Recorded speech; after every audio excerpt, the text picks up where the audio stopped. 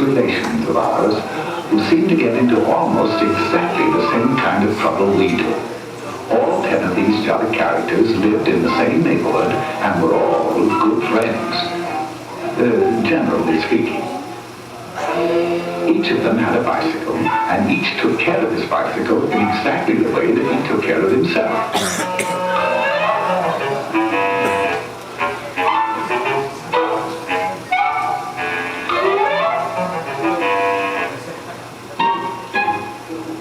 They held a group think and decided to have a picnic in a little park just 9 blocks away.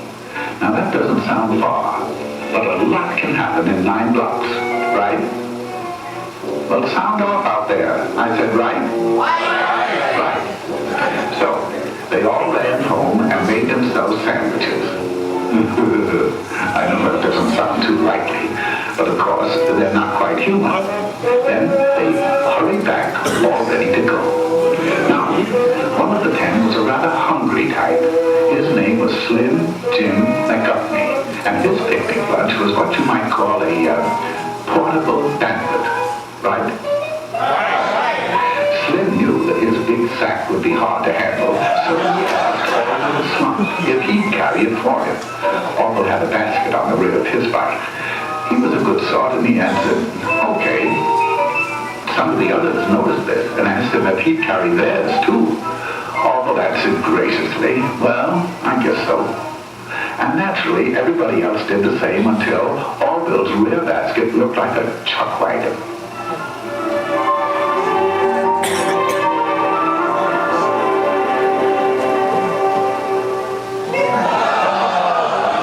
And at a given signal, they went.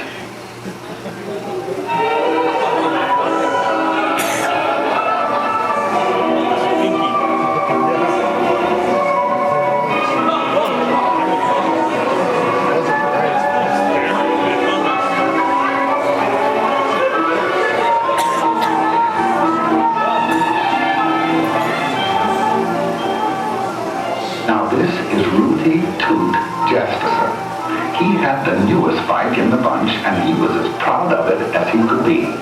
He made it a point to get in the lead, and there he intended to stay. It would seem that Rooty Toot was a slam-bang go-getter, headed for big things in life, right? But when you have to be first all the time, there are a few things you find you don't have time for. Such things as making hand signals. Oh, he knew very well that bike riders are supposed to signal just like auto drivers. Hand down for slow or stop. Hand up for right turn. Hand straight out for left turn. But pretty soon, he began to feel silly making so many signals to stay out in front. So he skipped one to rest his poor old tired arm. Just one signal, once. At this point, Rooty Toot Jefferson left the party.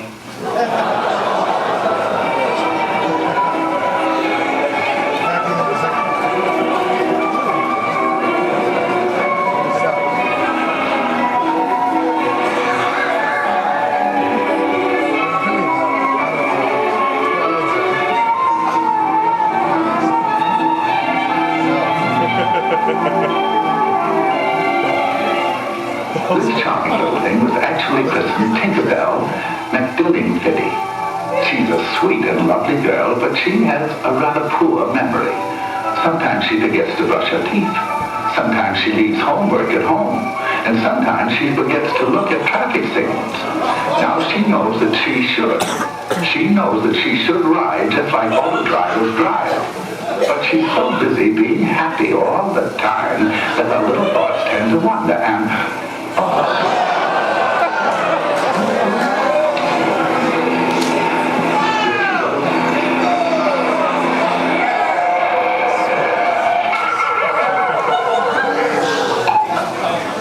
Exit Tinkerbell at dinner.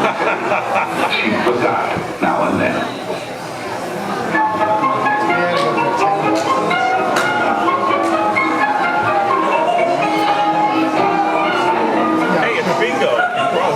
Now, let me introduce Philip Frugal. He's a star athlete, the president of his class, an honor student, and he has the handsomest profile in school. Now, Frugal, as his friends call him, has one little flaw in his character. He is very easily bored. Right now, he's asking himself why everyone has to go up this side of the street. It's so samey. So, proving that even the class president can make mistakes, he decided to ride against traffic. Oh, he knows that auto drivers never do this, and that he should follow the very same traffic rules. But he's in the mood to do something different. Anyway, there are no policemen around to see him.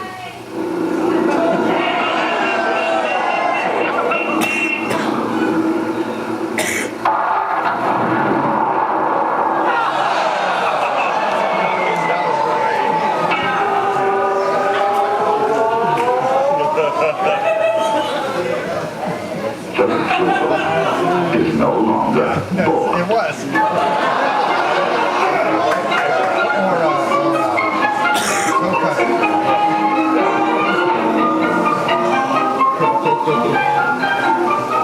You've probably wondered about this fellow on foot. His name is Mosby Pomegranate. He is splendid in dramatics, but he works so hard memorizing his lines that he doesn't get around to a lot of other things. He never made it down to register his bike and get a license for it. He knows very well that a license makes it easy to find out who he is if he's in an accident, and makes the bike easy to trace if it's lost or stolen. That's his trouble. Last week, while he was rehearsing the lead in King Kong, someone rolled off with his bike. He went to the police, but of course they couldn't help him since he had no license or registration. He stomped out of the police station angrily, and he's been stomping ever since.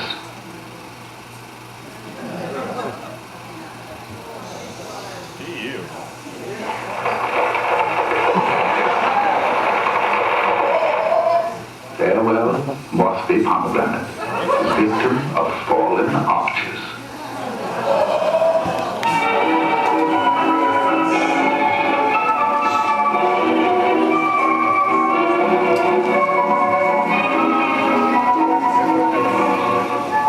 If you look carefully, you'll see Trigby Phipps. He's the smaller one in Eclipse, trying to make that bike go. His passenger is an old friend of ours, Slim Jim McDuffney. Slim Jim's bike recently collapsed from the effects of his diet, and Trigby, being a nice little fellow, agreed to ride him. Now, he knows that no auto driver would drive with a passenger in his lap. He also knows that you can't see ahead very well with someone on the handlebars, and that you can't control the bike well, and that you can't make signals either. Furthermore, it is tiring, right? Right.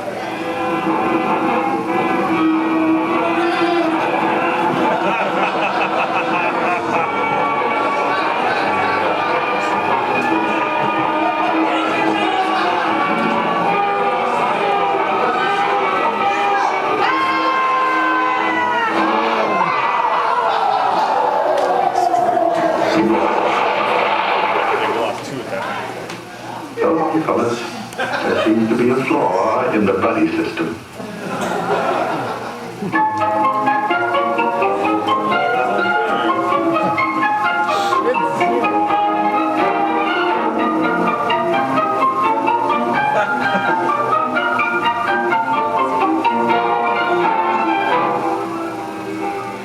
Meet Nellie Swibart. She's as nice as can be on foot.